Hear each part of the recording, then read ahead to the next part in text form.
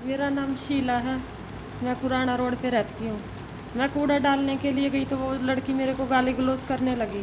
गाली गलौज के दौरान मैंने उसको जवाब दे दिया तो वो मेरे साथ अंदर आई और अंदर आते ही मेरे साथ मार पिटाई शुरू कर दी।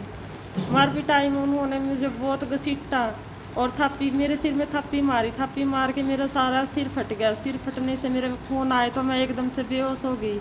उसके दौरान मुझे घसीट के वो बाहर लेके जाने लगी। मेरे आदमी ने बीच बचाव किया डंडे के साथ और उन्होंने फिर इनको, मैं तो बेहोश हो गई। उसके बाद पूरा परिवार मेरे आदमी को बाहर जाके पीटने लग गया। फिर बीच में पड़ोसी आए, उन्होंने बीच में छुड़वाया। कितने जने आपको मारने के लिए आए थे? 5 जने थे जी वो मेरे को मारने के लिए। 2 लेडीज़ थी, 2 लड़कियों थी, एक उनका आदमी था।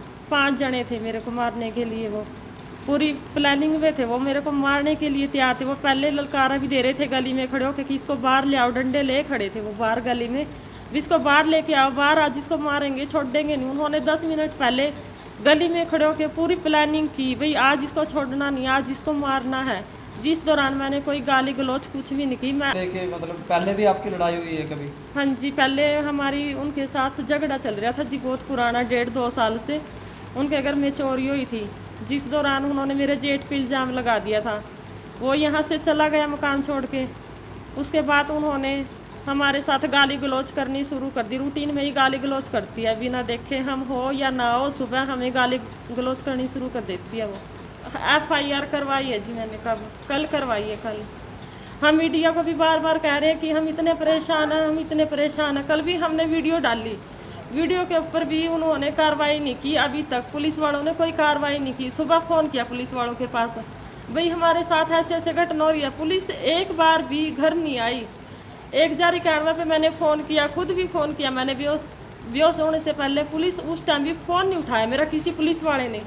सिटी थाने में फ़ोन किया, उन्होंने भी कोई फ़ोन नहीं उठाया। फ़ोन उठाया मेरे पति का, बोले हम नहीं आएंगे, भाई तुम खुद ही देख लो जैसा। और पुलिस। क्या नाम है सर आपका? मेरा नाम भारत भूषण है।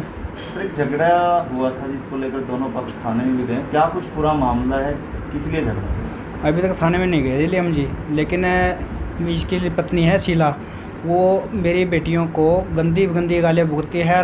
रांड, तू यहाँ बैठ जा, तू ऐसे कर ले, तू नंगी हो जा, ऐसे ऐसे गलत अपशब्द के प्रयोग करती है। बच्चों को हर रोज़ की हर रोज़ टोकती है। जैसे स्कूल में जाते हैं तो भी टोकती है, घर ऊपर छत पे खड़े थे तो भी टोकती है, बाहर खड़े थे तो भी टोकती है। बच्चों ने इसको, अरे बच्चों को उकसाती है, तू ऐसे है, तू वैसे है, उल्टी उल्टी गालियाँ देती है।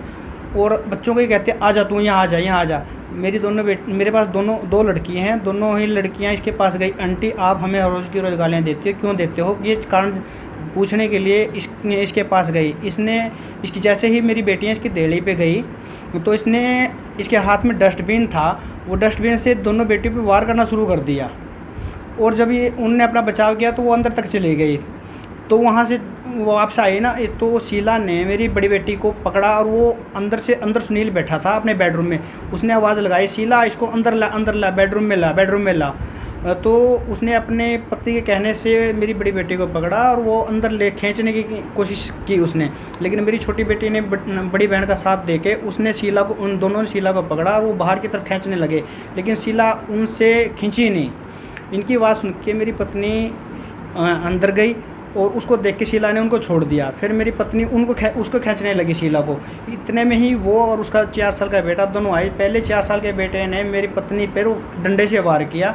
फिर उसका जब नहीं कुछ बना तो उस शीला के पति ने, सुनील ने, अपने बेटे से डंडा लिया और उसने मेरी बड़ी बेटी को दीपांशी को, छोटी बेटी श्रुति को और मेरी पत्नी को उन पे वार करना शुरू कर दिया। सबसे पहले दीपांशी को लगा, जो उसको मुंह पे लगा और गाल पे लगा और छाती पे लगा, और मेरी छोटी बेटी के यहाँ पर लगा। एक उसके पास नुकीली चीज़ थी जो उसको यहाँ पे लगी और मेरी पत्नी को भी लगा जो कमर पे लगी है।